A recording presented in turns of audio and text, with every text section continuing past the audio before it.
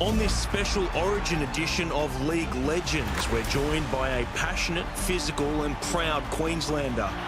Gordon Tallis is synonymous with the maroon jersey. The Raging Bull represented his state 17 times and captained them on 7 occasions.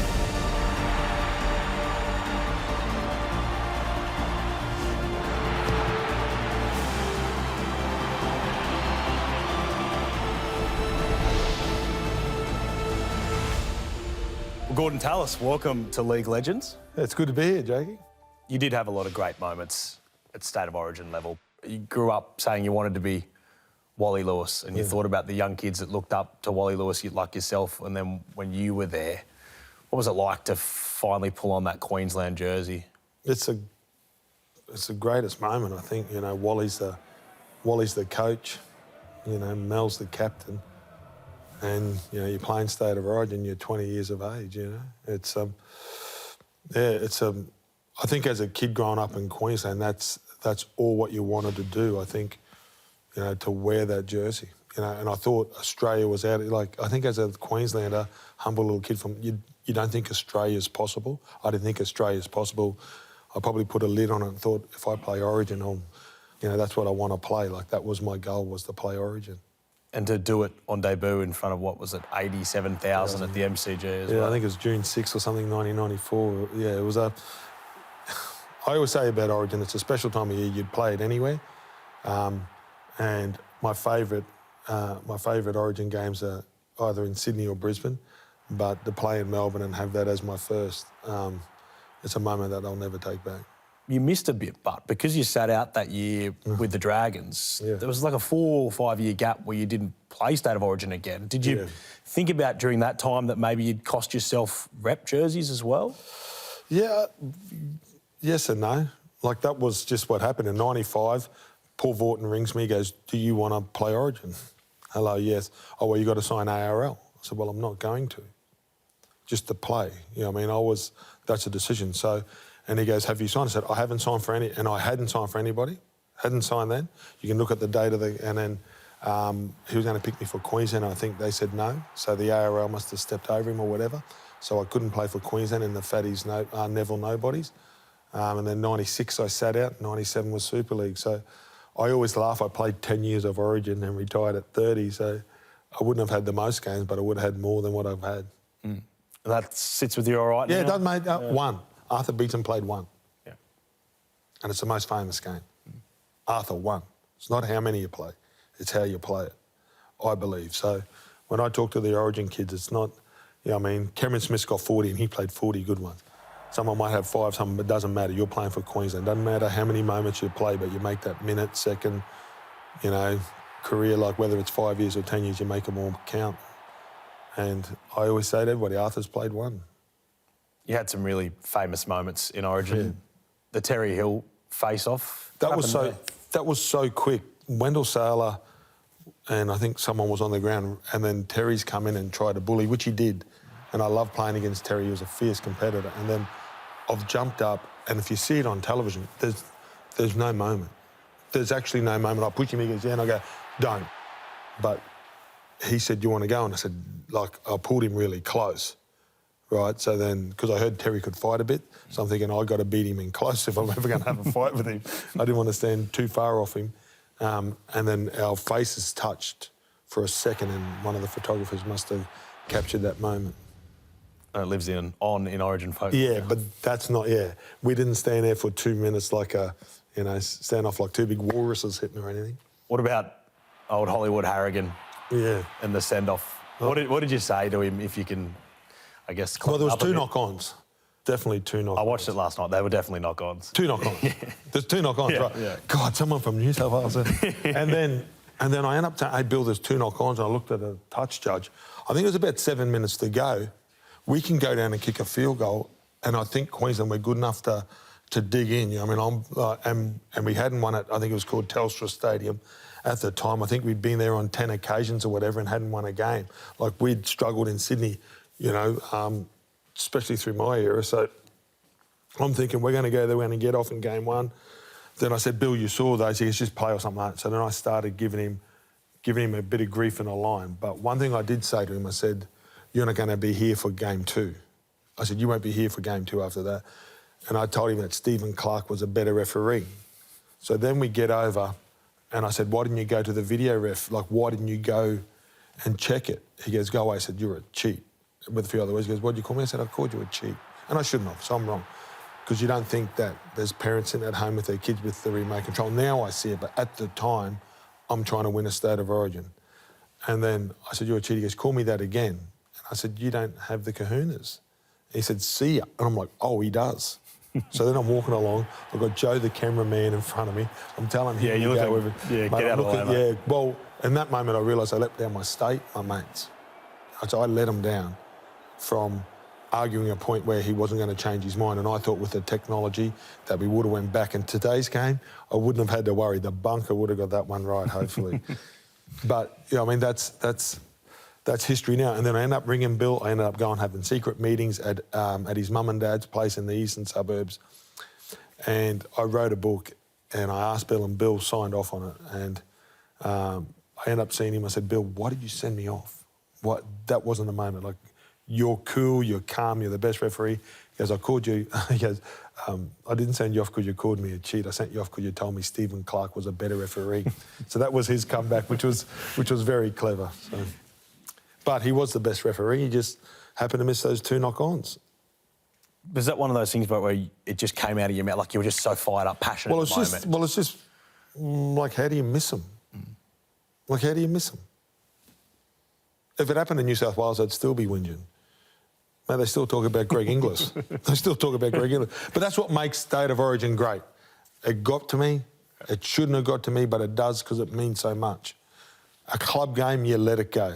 A club game, if I'm playing against the Cowboys or Raiders, I'm letting that go and laughing. But it was Origin.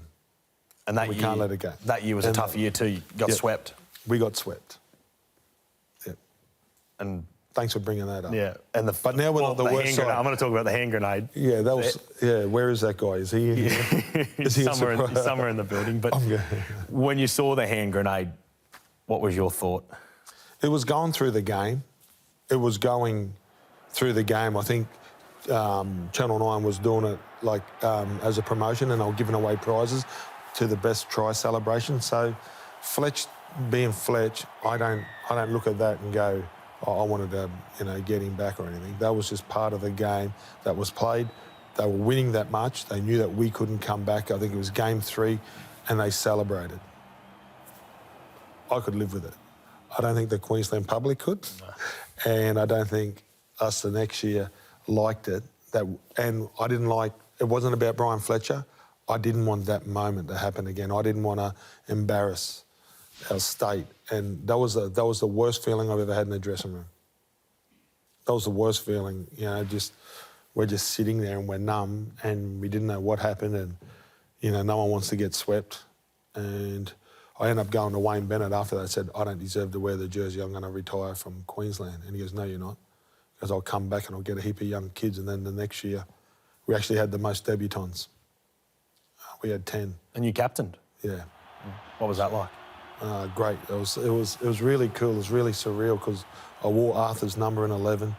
I know he played different positions, but the last ever game at Lang Park before it got knocked down, it was my favourite moment, my favourite photo. Just running out at that old stand where, my heroes run out. Did you take a moment to let it sink in because you thought about captaining Queensland your whole life? I look at it now after. And no, I didn't think of it then. Now that I look back and I've got time, that's probably one of my favourite. If I could relive another moment, running out for Queensland first time as captain's pretty cool.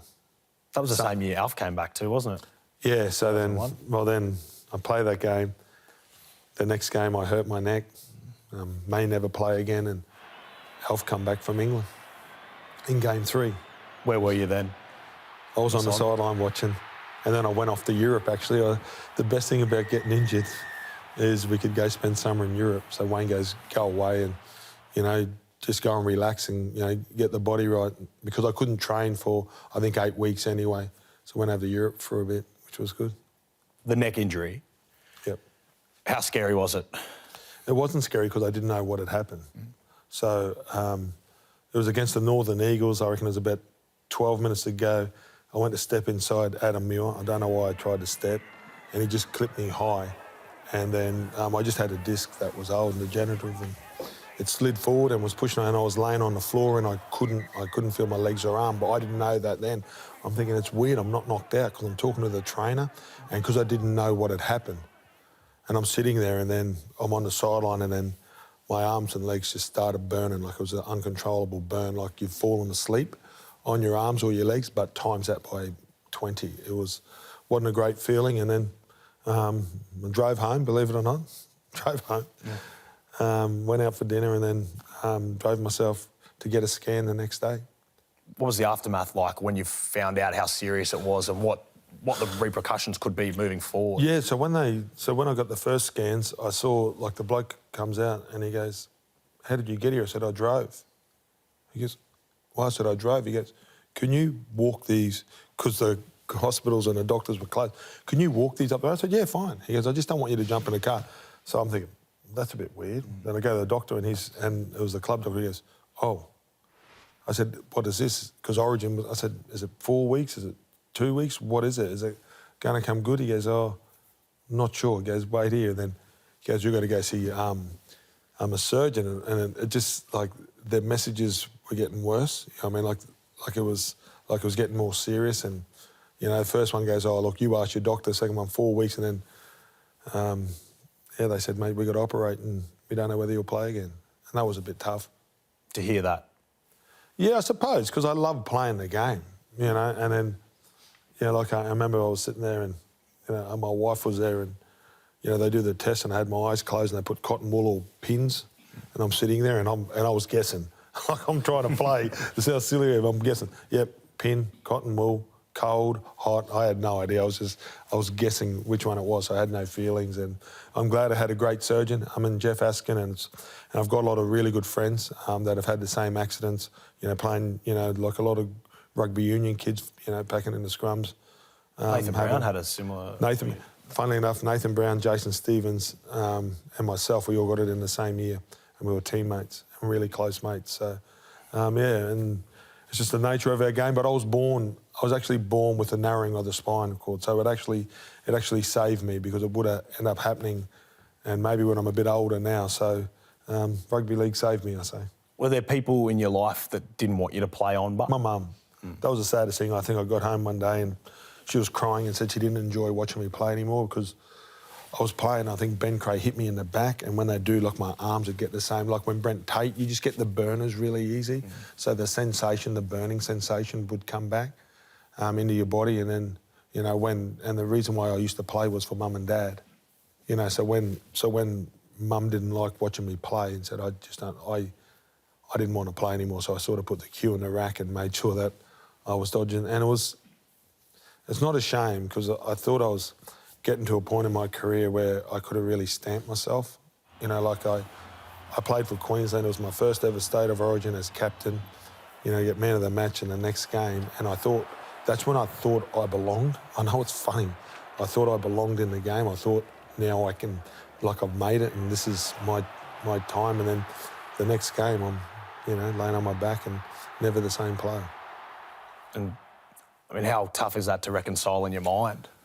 Yeah, well, it's that little guy on your shoulder. Like, I tried to tell Wayne, I said I never used to look at who I run at. It was just, I'd take the ball up and it was a jersey and you'd step, and then every other time, every other game I played, I was catching the ball and looking who I'm running at and trying to get at the smaller guy. So it took away from my running game. It took away from my natural run first, you know, move late. And, yeah, so it's probably like, I don't know, losing your sword. Like, mate, it's like a knight losing his armour. I just lost a bit of armour, which when you'd go in a battle and you'd have, you know, your knife and your sword where you feel more comfortable, you take those away, you know, you're looking to hide somewhere. There's two things people talk about when they talk about Wayne Bennett. They talk about the secret sense of humour that's not seen to the public, and then they talk about the man manager that could kind of whisper in your ear and get the best out of you. Was there a time where Wayne whispered in your ear and said the right thing and got what he needed out of you, and that was the kind of display of what people see in him as a coach? Yeah, there's a couple of things about Wayne. The first time, because I was coached by Brian Smith, and he's a great coach and he's a great educator, but it was very much a school teacher and a lot of information, and it's really hard to process and do that under fatigue.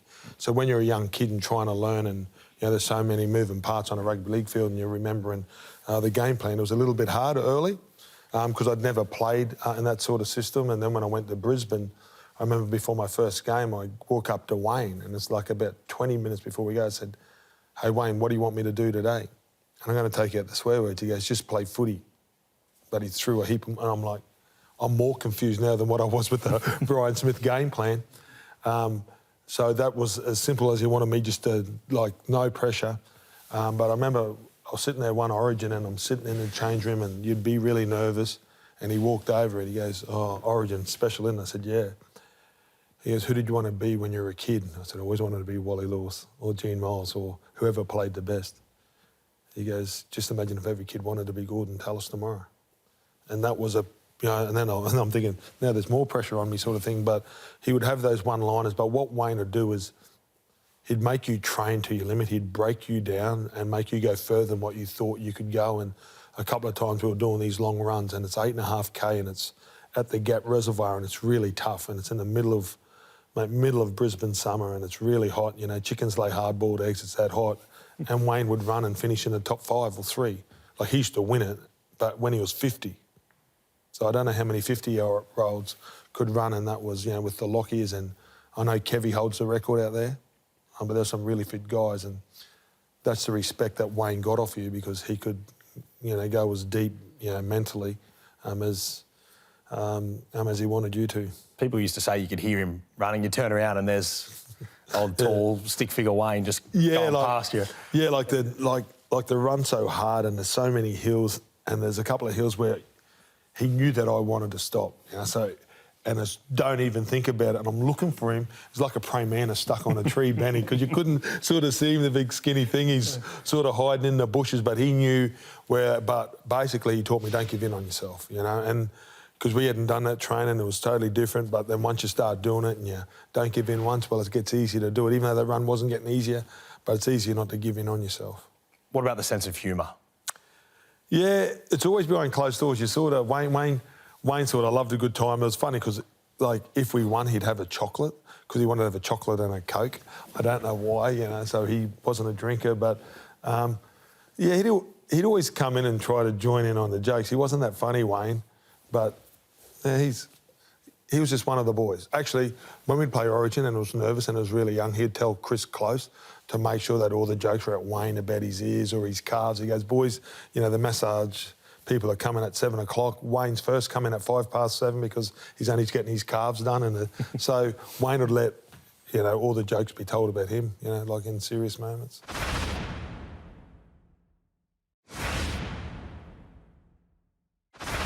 Another famous moment was the ragdoll tackle on Pride Brett Hodson. Yeah, I feel sorry for him. Like, I really do. I wish it was somebody else. I wish it was Andrew Johns or someone like that, someone that I'm friends with. But Brett, he was such a great player. He won the Men of Steel over in England. He won a grand final. He was a big reason why the Tigers won it that year. I think if you talk to Scotty Prince and the playmakers, he was so cool at the back. He was always a classy player when he played for Parramatta, and he just skipped on the outside of me. And just when I grabbed his collar, and it was pretty slippery, when he went off his feet, there wasn't much weight to him. I was guess it was a fair distance to the sideline, but yeah, but once his momentum was going, it didn't seem that far. It didn't seem that far. I sort of looked and I thought, oh yeah, I can get him there. That was it. That's as much as I thought about it. I didn't think of the tackle until I grabbed him, and I thought I was just going to grab him, pull him back, because he was going to beat me. And Lottie had sort of come in, so if he gets around me, there's probably a 30 or 40 metre run with some support looming up on the inside. So I had to get him, and just as I grabbed him, it was a desperate tackle, and once I grabbed him, he just slipped. So he caused the tackle. That's what I'm trying to say. Yeah. It wasn't me, it was Brett. Are you surprised what a moment it is now in history? Yeah. It's like the Terry Hill thing. It's a moment. It always gets replayed, and it's probably better than the send-off. Let me tell you, it's probably better than the 2 knock-ons and the send-off. So at least I'm remembered for something. It was a hit song too. They remixed it. It was a bit of a nightclub banger. Yeah, Rabs, mate. Who would have thought? Got a hit single. And you probably danced to that a few times, maybe? No, actually, it's sort of funny when if I do go out in a bar and the DJ sees you walking into that, he might play it in Brisbane, but it's a sort of corny and embarrassing, really. In that same game, there was the sign about your mum and you got a bit antsy at the crowd. Yeah, talk me through that. Lottie Takiri got me there. So when I run out, I was a left side player, so I was running over, and Lottie was their left winger, and he runs over and points to me and goes, "There's a sign up here about your mum." If he didn't say it, I wouldn't have seen it. And I turned and I looked at it, something like "Gordy, your mum's a pig," or "Rig," or something like that. Couldn't quite see it, just looked like "Gordy, your mum's a pig." And Mum didn't often come to Origins, especially in Sydney. Like in Brisbane, they wouldn't miss. So my mum was in the crowd that night. I just lost it. Actually, I lost it against New South Wales, so I played with more emotion than I would have. And then it was so weird because we score in the 80th minute. Dane Carlos scores in the far right-hand corner, and it's exactly where those guys were sitting. So I'm on the left, and I'm running, and Dane Carlos has this like 40-metre break or whatever, pushes off Moody or whatever and scores in the corner. The camera should have been on him. But I run straight sort of between the goalposts and go tell those blokes to go jump in the lake. I didn't say that, but you know what I'm saying. And then the camera happened to be on me, celebrating, giving it to them. So that was a time where I got really disappointed with the media because I asked them all to a man, and some of them still work now. And I said, "You write what you would write if someone had a sign up about your mum." Oh, the editor wants this. So don't hide behind anything else. This is like a man-to-man. I said, "What would you write if you saw a sign against your mum? Don't write about me." What I did, I would do it every day of the week. Every day of the week and twice on Sundays. But write what you would do. "Oh, mate, it's not a..." So then they kept on going, and then Wayne come and he said, "This is what happened." He goes, "I'll sort it," you know. But I was actually really angry with the media for the first time because what I did was wrong, but in the circumstances, I'd do it again and again and again. How did your mum take it? I don't think she saw it. But in the aftermath, she heard about it? Yeah, I don't know. I haven't asked. I don't want to bring it up. It wouldn't be nice. You know, you leave family out of it. Like, mate, we play games, and I think as some athletes, I'm fine to take the banner. Like when I played at the Dragons, they throw 50-cent pieces and apples and that and boo. I can take that. I can take everything. Right? I can take, like I've been racially, you know, sprayed and, you know, vilified and all that kind of, I can take all that. But, you know, innocent people like around you that aren't in the moment, I think you leave them out of it. I don't think it's fair. 2003, you bowed out of Origin. You got to win your final game. Yep. To go out a winner, at least in that game, was a fitting tribute to your career? Yeah, I suppose it is. Yeah, like I just remember walking around and I knew it was my last series. I didn't tell anybody. The first guy I told was Josh Hannay. He goes, "How good this? I can't wait till next year." I said, "This is my last." He goes, "You serious?" Like he was playing his first or whatever, but I just knew that, you know, I couldn't have put my body through that because of where I was at, you know, physically and mentally with my neck. That the next year I just wanted to concentrate on playing for the Broncos and trying to, you know, go out a winner there as well, which didn't happen. We get knocked out by the Cowboys. But it was a nice moment to walk around Suncorp after winning. My Origin career was against a pretty talented New South Wales side. I was, you know, I think we were lucky to win some of the series. We had to fight really hard for every moment. My career was fighting really hard for every moment because, you know, I always say they had an immortal on the bench. Yeah. Says it all. Yeah. What's the Gordon Tallis legacy in Origin in that maroon jersey then? Hopefully the past players like watching me. That's about it. You play for the past, you know, and then hopefully the young kids looking up to you, you know, hopefully they, you know, like you inspired, you know, a little skinny kid from wherever that thought, I want to be him one day. You know, I want to be Gordon Tallis or Shane Webke or Darren Lockyer. That's probably why you play in that jersey. That jersey's, that's bigger than anything you can pull on, in my opinion. Gordon Tallis, thank you so much for joining us on League Legends. Thanks, Jake. This has been a Fox Sports production.